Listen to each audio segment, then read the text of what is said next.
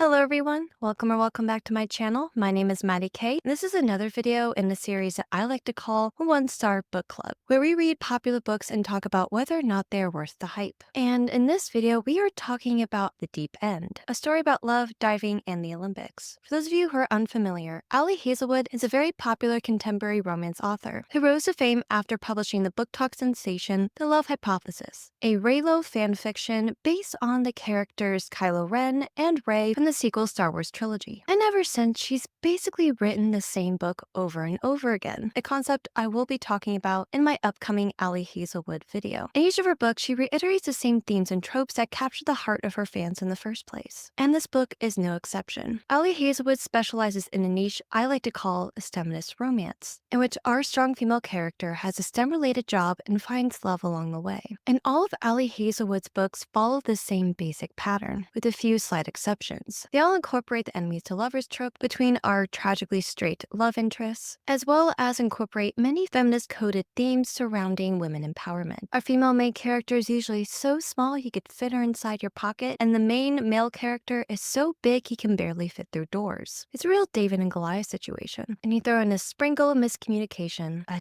dash of emotional immaturity, and just a hint of science, and you have the formula for every Allie Hazelwood book to date. Now, do not get me wrong, a lot of readers really do enjoy reading a book with a very similar theme over and over and over again. The only issue is I'm not one of those readers. However, I will give Allie credit where credit is due. This book did stray from the normal Allie Hazelwood formula that most of her fans have grown to love, but just by an infinitesimal amount. Before we dive into the book, make sure to leave a like and comment down below, and subscribe if you want to get notifications for my upcoming videos. I will definitely have more Allie Hazelwood content coming out soon, so keep your eyes open for that. Also, if you're a fan of Allie Hazelwood, let me know which of her personal books are your favorite. I personally think that Love on the Brain is her best book to date. And if you are interested in getting more involved with my channel, make sure to check out my membership page. You can sign up today and get some really nice perks, like a personal shout out at the end of all of my videos, priority in the comments, early access to all my videos, as well as membership exclusive content. And if those sound like something that you would love to see and be a part of, make sure to sign up for my One Star Book Club. And if you're interested for a more elevated reading experience, make sure to look at the link in my description below, where I have linked an Allie Hazelwood themed bingo card, and you will be amazed at how many times you will get a bingo. Believe me, this book alone gave me 2. So if you are interested in using this bingo guide, make sure to check out the link in the description below. Also, this goes without saying, but this video will contain spoilers, so if you're interested in reading this book on your own time, make sure to sign up from this video right now. Go ahead and check it out, and then come back when you're done. Although, like I mentioned before, it's not going to stray that far from the usual Allie Hazelwood narrative, so nothing about this book can particularly shock you, unless you read the summary at the back of the book, in which you will be very surprised at how little that summary actually relates to the book overall. I hate it when book summaries lie to me. It's like, why waste my time? Why lie to me? Why give me false advertisement? It's almost like they know I wouldn't read this book if I actually knew what it was about. And you know what? They would be correct. Because I have to say, you guys, this was probably the most disappointing read of the year so far, because I went into this book with very high hopes. Even though I'm not the biggest Allie Hazelwood fan, I went into this thinking, oh, I love the Olympics, and this was a book I thought was going to be centered around the Olympics. And then I read it, and then I realized this is 50 Shades of Grey fan fiction. And that was not what I signed up for. Let's get into it. Also, I do want to warn you guys ahead of time that there will be some pretty sensitive topics mentioned in this video. And first and foremost, this includes, but is not limited to, abusive parents, injuries related to diving, emotionally abusive relationships, both family and romantic, as well as steroid use. Now let's go ahead and get started with the summary. So the main character of our story is Scarlett Vandermeer, a competitive diver at Stanford University studying to be a doctor. And she is your typical run-of-the-mill female main character that you see quite often, not only just in Allie Hazelwood books, but across the board in contemporary romance books to date. Meaning she is essentially a pretty vanilla character despite the fact that she is a Mary Sue. Everything she touches turns to gold, a blank slate that the reader can project themselves onto.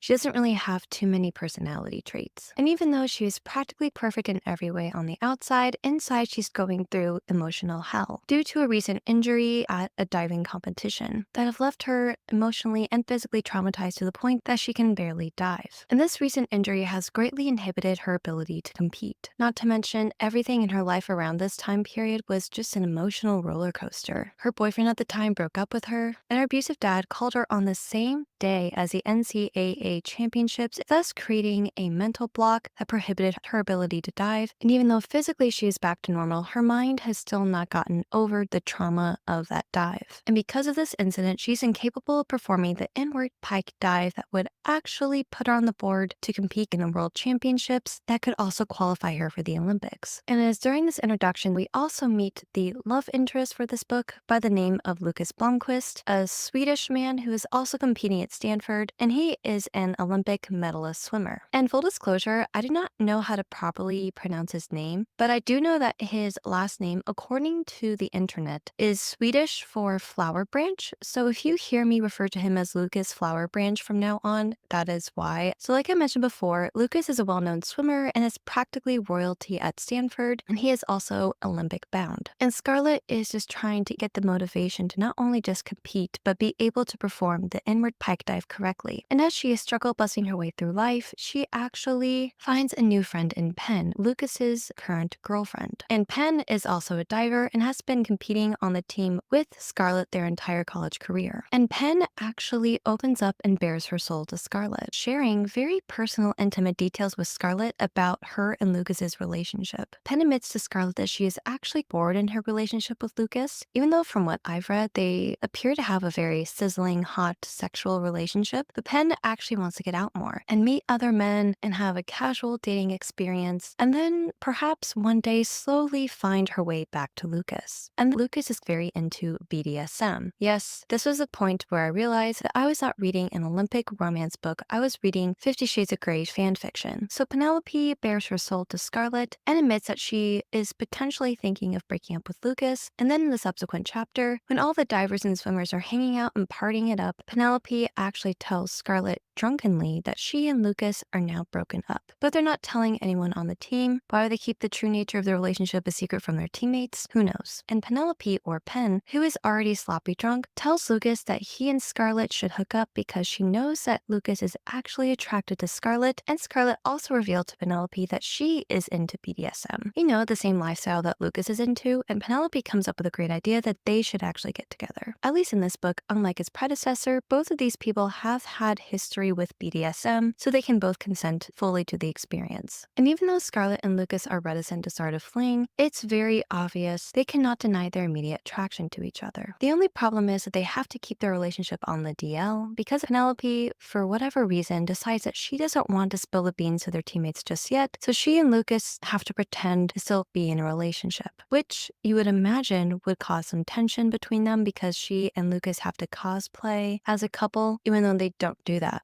for the entire book, and no one on the team seems to notice at all because they were too invested in competing for the Olympics that they don't really care about these people's relationships, but that's just my personal opinion. I do have a theory on why I think Penelope did not tell their teammates that they were broken up, and we'll get into that in the review portion of this video. But for now, let's get back to the story. So Lucas and Scarlett, who cannot deny their attraction to each other, finally decide to strike up a spicy relationship together and to explore their mutual interest in the BDSM lifestyle. But don't worry about Penn. She has already found a brand new person in the form of her teacher's assistant. We have my favorite trope of all, teacher-student relationships. Throughout the rest of this novel, Penelope and Scarlett routinely refer to this man as the hot teacher, so in my book, that still counts. So as Lucas and Scarlett strike up this spicy relationship, they are having mind-blowing sex. I'm talking the best sex they've ever had in their entire life. And now Scarlett is finally starting to slowly but surely overcome her mental block, and she starts to actually perform the dive. Not well, but just well enough for her to be able to get on the board and be able to qualify at meets and slowly but surely make her way to world championships. She even starts to get medals again. And she and Penelope are also now diving partners, but of course Scarlett and Penelope have absolutely no issue with working together, and because of their bond via Lucas, they're actually getting along really well, which was a part of this book I actually did like, the fact that Penelope was not at all jealous of Scarlett and Lucas and was actually very supportive of their relationship. But don't get used to that concept, it's not going to last very long. strong. But even though Scarlet is doing exceptionally well at meets, her teammates are really struggling. One of her friends, who also has her twin sister competing on the Stanford team, gets badly and her career as a diver is over. Penn also sprains her ankle and can no longer dive with Scarlet, meaning that Scarlet now has to qualify for meets on her own, and everyone else on their team is starting to crumble under the pressure. The morale in the Stanford diving community is not very high, and as Scarlet is slowly ascending the ranks in her team, she's starting to get a bit of survivor's guilt and feels bad about her success. But all success starts to slowly catch up to Scarlet because she actually does get a concussion at the next meet, a minor concussion mind you, but an injury nonetheless. Thankfully, she is cleared the next day. When Lucas finds out about her injury through the grapevine, he's actually upset at Scarlet for not telling him because lo and behold, he cares about her as a person, not just as a sexual partner, but as someone who could potentially be a little bit more than that. Whoops. He caught feelings. That wasn't supposed to happen. And Scarlet and Lucas continue to play this emotional tug of war in which they are both very obviously into each other, but then they pull back and pretend like they're not really. Lucas punishes himself for caring too much by going on 15-day silence binges in which he essentially ghosts/ignores Scarlet, all because he doesn't believe that he deserves to feel happy, something that Penelope has also seen in her relationship. Scarlet also talks to her therapist about how she's scared and distrustful of men, which is why she's actually very scared to admit her feelings to Lucas. This distrust of men personality trait is not very consistent throughout the book, I will say. And it just felt like something that Allie Hazelwood just pulled out of nowhere in order to add more tension to the story. Instead of making it look like Scarlet has a lot of issues that she's working through because of her childhood trauma, just makes her appear like an emotionally unintelligent woman who's scared to commit. Because the signs are all there that Lucas is actually in love with her and she's just turning a blind eye to them. For example, she actually does meet his family at one point in this book, and even then she still has this question in her mind of, oh, is Lucas falling in love with me? Like, yes, babe, you met the family. You are in. You made it. You've now officially entered the girlfriend stage of this relationship. Congratulations. Enjoy the ride. And even though Scarlet is slightly oblivious to the burgeoning feelings that she has for Lucas, she's actually doing really well in the classroom. Like all of Allie Hazelwood's other female protagonists, she is also incredibly book smart and a savant in the classroom, a girl with hidden potential that another man also needs to recognize in order for it to be true. And one day in class, she gets her paper back from her stickler of a professor,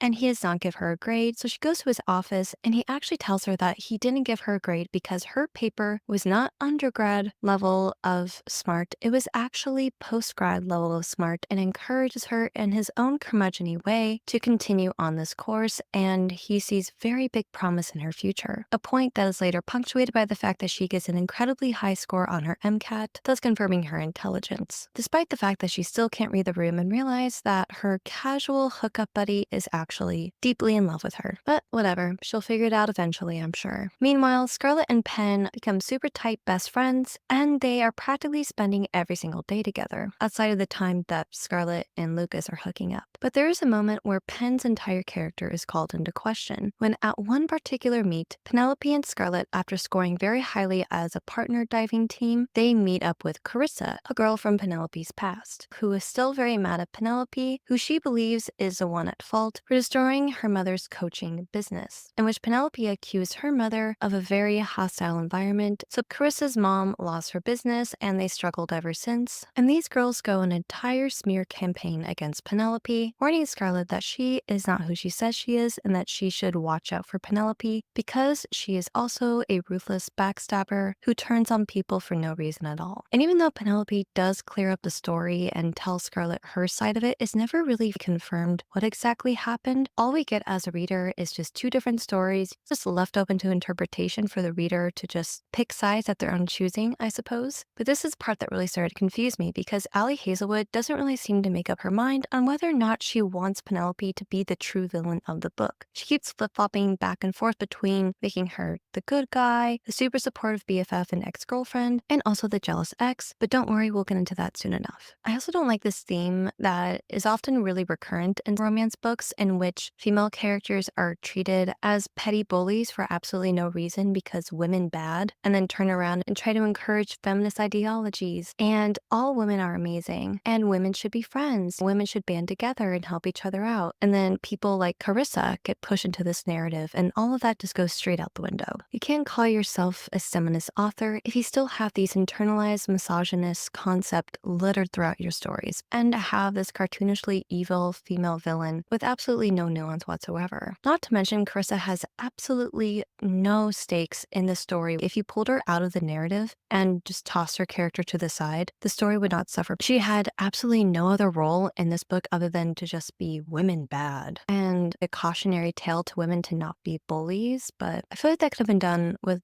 much more nuance and grace than it was done here, but that's just me. So Scarlett is currently winning at life. She's finally comfortable to dive again. She has a great BFF, an amazing casual hookup partner, but there are still obstacles in the path for happily ever after. She gets a random phone call from her terrible father, a phone call that we do not actually see happen in real time, but something that we hear about later on in the story. This conflict is briefly mentioned and then quickly tossed aside. And Scarlett is understandably very shaken by this phone call, not only because he is not a very good person, but also because according to his court order, he's not supposed to call her. And then she turns to Lucas for comfort, who can sense that there's something going on. And this is when it is explained why Scarlett periodically has these PTSD-like trauma responses whenever she's in a group where she's the only woman in a group of men, or whenever she's in a room with very loud noises, she gets very overwhelmed. Do you think she has PTSD? I'm afraid this is far more serious than a mere menstrual issue.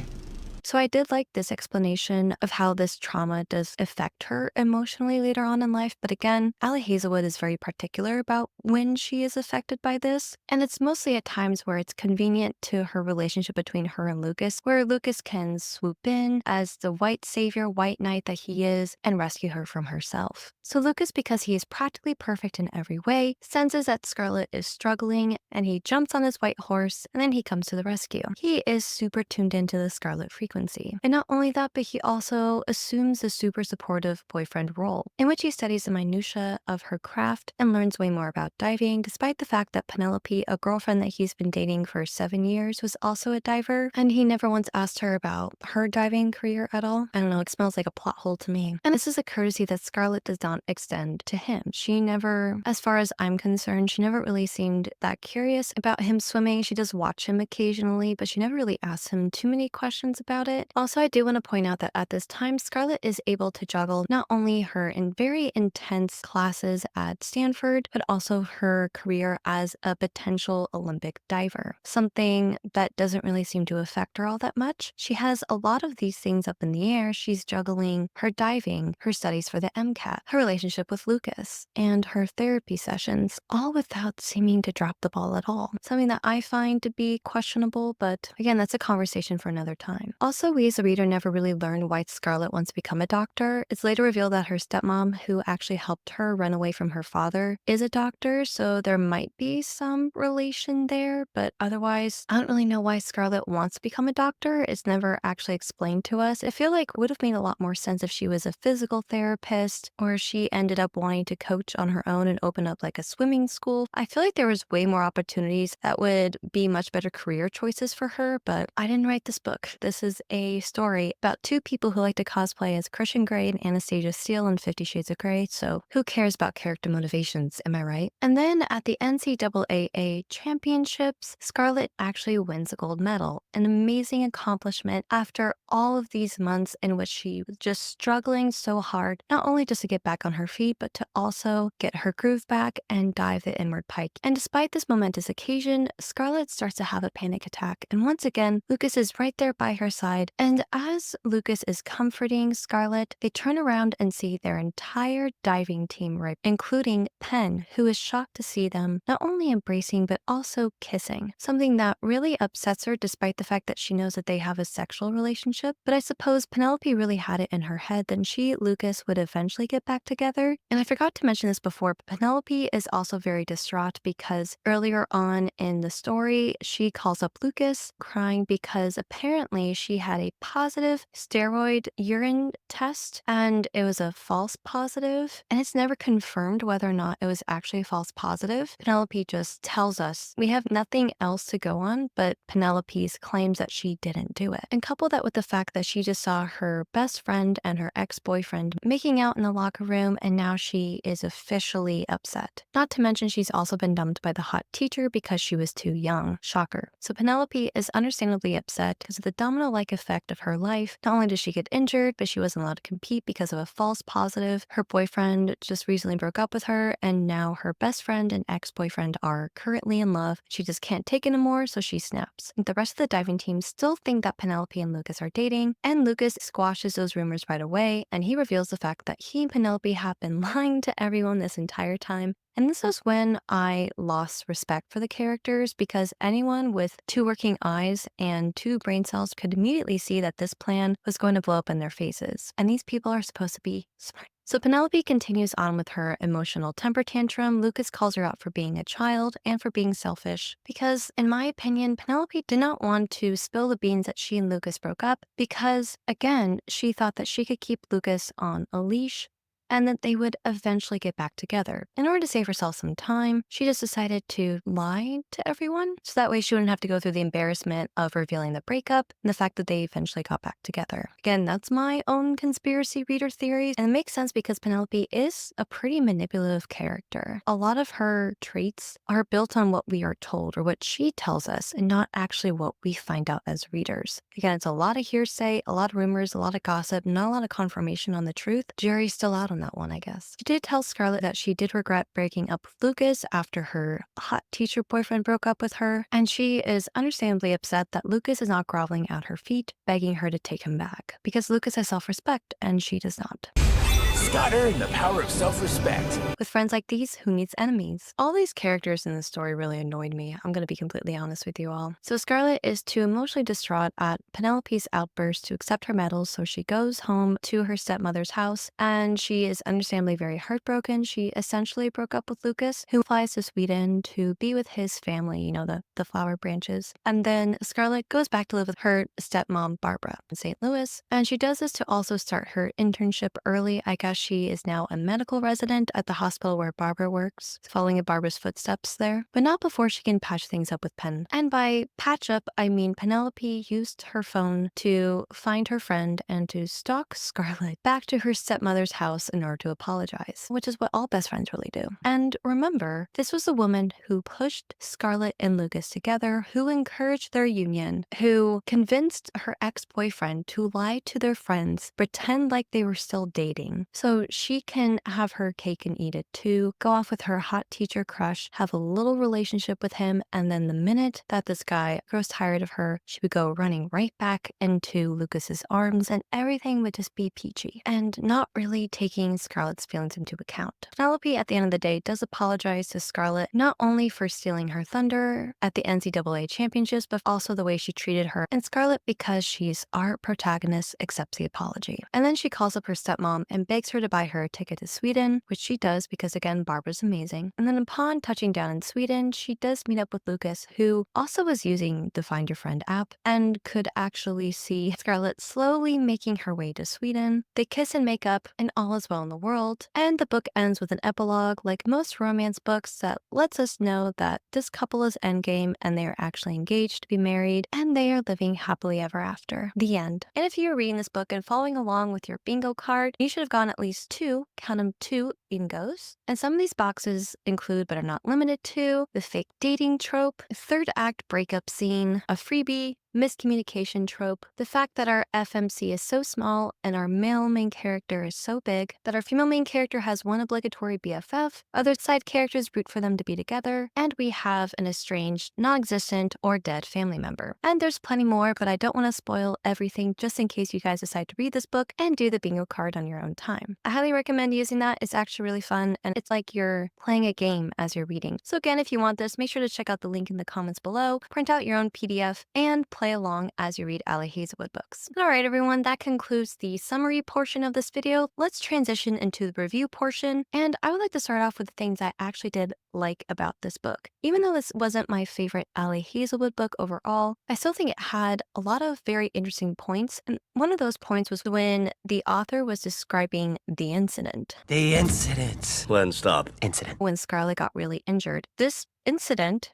was so interesting to me because it really gave us a lot of insight into who Scarlett was as a person, and it offered really natural conflict for Scarlett to work through, right? It's very simple. She's a diver, she got injured, and it was so severe to the point that it impeded her diving career and she really suffered because of it, so she's trying to work through it. And I really wish that the book focused more on that rather than the random STEM portion of the STEMinist novel in which Scarlett was studying to be a doctor, and every time those scenes came up, I just lost interest. I was so disengaged, and the minute we got back to diving and her going to her therapist and talking through was way more present in the book. I really wish that the book focused way more on that than the relationship between her and Lucas as well. I didn't really care about that as much as I cared about Scarlett's personal journey to getting back on top and winning those championships, and I thought that was way more of a win than her winning her boyfriend back, but that's just me. I also like how the scene of the incident was revealed to us as the reader. We see the scene through a video in which Scarlett has a tough time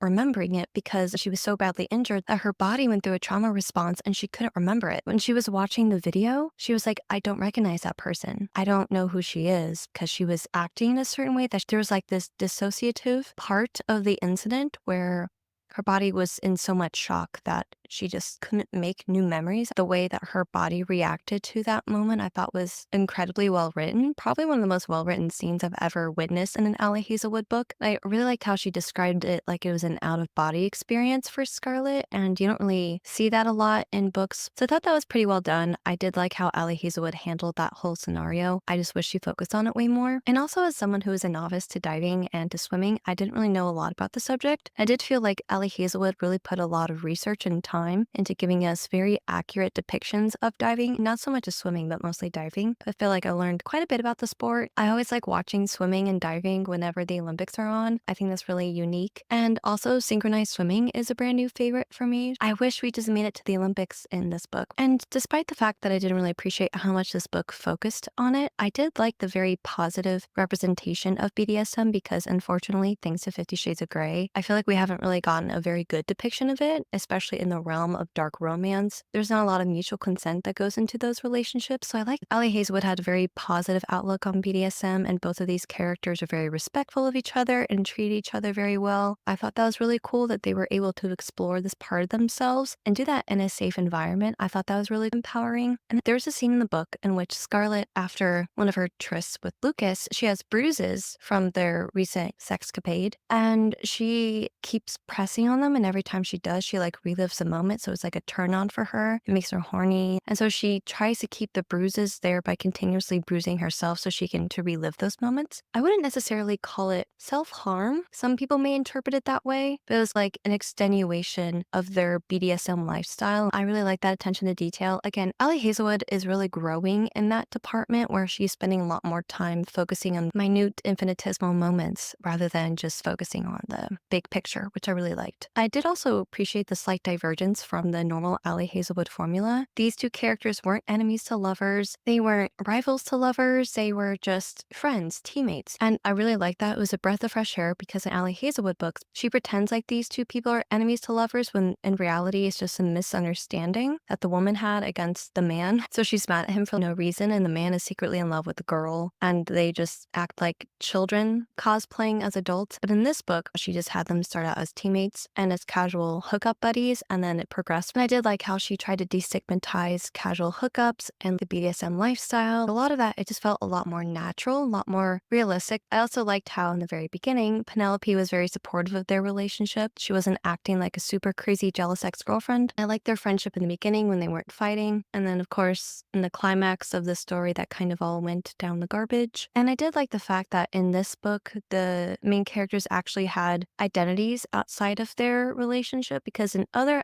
Allie Hazelwood books, you don't really meet a lot of the family. And in this one, they had very healthy, very fun relationships with their family. We actually got to see them interact in real time. So I did like that change in formula. Otherwise, everything else is pretty much the same. As you witness with the bingo card, this was another really high point for me. I really loved her relationship with her stepmom. I thought that was really cool. You always get like the evil stepmom trope in romance books. And I really liked the stepmom Barbara, who helped rescue her from her dad. Barbara one day was picking up Scarlett from school and Scarlett was crying. She's like, please don't take us back there. I don't want to go back. And then that was when Barbara adopted her and took her in under her wing. I thought that was really sweet. And Barbara was my favorite character of the whole book, which is unfortunate. But that kind of is the way it is in Allie Hazelwood books. A lot of the minor characters really have a lot of room to shine. And the main characters are just carbon cutout cookie cutters of the same character recycled from previous books. They're all the same. There's not a whole lot of difference between them. And because Lucas is Swedish, there are quite a few Midsummer shoutouts in this book. One of my favorite horror movies of all time, so I really liked that reference in there. Of course, over time, the allusion to it does get a little bit tired, and there are a couple of jokes that Scarlett made about them being in a cannibalistic cult, and I get that it was supposed to be a joke, but the way it was written, it just wasn't very funny. It lost its humor after the third reference. All right, everyone, now that we've talked about the things I liked about this book, let's transition into the things I did not like very much. So first and foremost, I do want to say, if you have been watching my channel for quite some time, you probably know that I'm not a fan of the hot teacher trope or the teacher-student relationship trope. I find it to be incredibly exploitative, very icky, and also just pointless at the end of the day. And I'm not just saying that because I used to be a teacher. I'm saying that as a human being. Please, for the love of God, stop it with the teacher-student trope. I cannot. It's gross. It's a power imbalance. And it's also very indicative of the age gap issue as well. Penelope, she dates the TA from her class. And one of the main reasons why he breaks up with her is because she's too young, because she's a college student. She also acts very young for her age as well, I will say. But I hate this trope. I hope it dies in 2025. I pray it dies. We're in 2025 right now. 2026. I can't take it anymore. If there is a book where it is revealed that there is a teacher-student relationship, I will not read it. I refuse on principle, pun intended. For my video that I made about my most anticipated reads of 2025, I read the summary of this book and I thought, okay, this is going to be a book about the Olympics. And I was super excited and I got really into it. And you know what didn't show up once in this whole book? The Olympics. We qualify to go, but we never go. The epilogue doesn't even take place at the Olympics. Instead, I get 50 Shades of Grey fan fiction. Did not ask for that, I can tell you that much. And it was so frustrating because the whole time I'm reading this book, I'm like, they lied to me.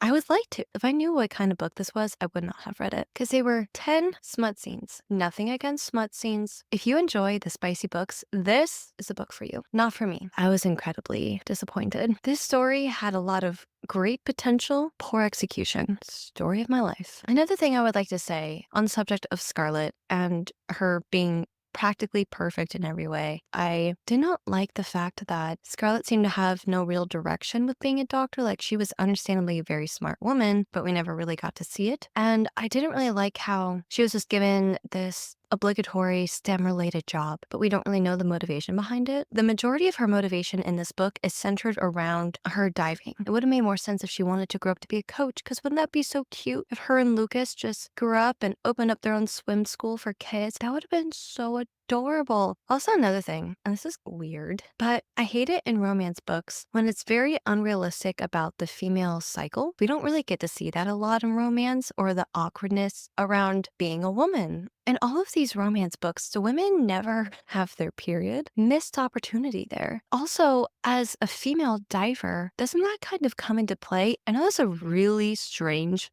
thing to dislike about the romance genre, but you have all these unrealistic expectations. This is a feminist romance novel, right? And none of Allie Hazelwood's books is blood ever mentioned except in her one vampire book, and that's it. Again, as a woman who focuses on science, this is a natural scientific thing that happens in women's bodies, and the fact that she never mentions it, I find it to be incredibly ironic. These are books written by women for women, and sure, these books are supposed to be escapism, so I get it. Not every woman wants to read a book where she's reminded of this unfortunate curse that is on all of our heads as women, but it would add a much more complex level to her books. And every couple that involves at least one woman has to find a way to work around this. I feel like this would add a level of realism to these books. These people were having sex a lot, and not once did this ever create an issue for them, nor any of the other women on her swim team. And I just find that to be very unrealistic. Oh well, moving on. So the last and final thing I do want to touch on before I wrap up this video. The one thing really earned this book its low rating, but also earned its title as one of the worst Allie Hazelwood books I've ever read, and that is because of the character Penelope. Oh my goodness, this woman was insufferable. Her character was so infuriating. I hated every minute she was on the page, and it was just so strange because at first she was painted as this perfect ex-girlfriend, and then she just shifts into this supervillain where Carissa comes around and she's like, Penelope ruined my mom's business for no reason, but there was a reason, but it's still vague. And then she potentially was taking steroids because she got a positive test, and that was a mystery that was never solved. And then she acts super jealous of Scarlett, even though she was the one that encouraged them to get together in the first place. And I was like, why are you mad? And she wanted Lucas to lie so that way she wouldn't have to go through the public embarrassment of a breakup with the gold medal Olympian. She broke up with a gold medal Olympian just so she could screw other guys. Why am I rooting for this character again? And of course, while she knows that he and Scarlett are hooking up, she's best friends with Scarlett. And the whole time I'm thinking, is she just trying to keep tabs on their relationship? And that's why she's sticking close to them. And then she turns around and she calls up Lucas every chance she gets and begs him to come rescue her, to babysit her, even though she knows that him and Scarlett are hooking up / spending a lot of time together. And she did seem very manipulative to me. And the fact that she had to corner Scarlett to beg her for her forgiveness was just, it was so gross. I hate that. The stalking trope too. The fact that these people knew where each other were at all time. And honestly, if the book just ended with her not rekindling her friendship with Penelope, that would have made me so much happier, because this character is a walking red flag and she really has no redeeming qualities. It's very clear that also Allie Hazelwood, she's not entirely sure whether or not to make her a villain or a friend. And I feel like she wrote Penelope a certain way where she was a villain, and then she changed her mind halfway through the book and she forgot to go back and change it. I feel like that's what happened. It felt very disjointed to me. And I also do want to point out that the reason why Penelope also didn't want to break up with Lucas officially is because she liked the perks of being an Olympic gold medalist girlfriend. So on top of being a terrible person, she's also a leech. She was drinking this Delulu Kool-Aid where she believed that she and Lucas would finally get back together one day after he disposed of her best friend, that she could just fall back into his good graces and everything would be fine. I don't think that was going to work, babe. But again, nothing can quite surpass my biggest disappointment of this entire book, which was that we were advertised that this was an Olympic book and we did not get the Olympics at all, which is truly heartbreaking. In conclusion, I did rate this book a 1.5 out of 5 stars. It wasn't the worst Allie Hazelwood book, but it definitely was not the best. All right, everyone, that concludes the video for The Deep End by Allie Hazelwood. Let me know what you guys thought down in the comments. Leave a like if you enjoyed this video and you would like to see more of Allie Hazelwood based videos. I do have a lot of plans for this one. Make sure to check out the link in the description below if you would like access to your own bingo card, and make sure to subscribe if you want to see the upcoming Allie Hazelwood video. Make sure to check out my membership page if you want to be more active in the community of the One Star Book Club. And of course, you guys have a great rest of your day, and I'll see you next time.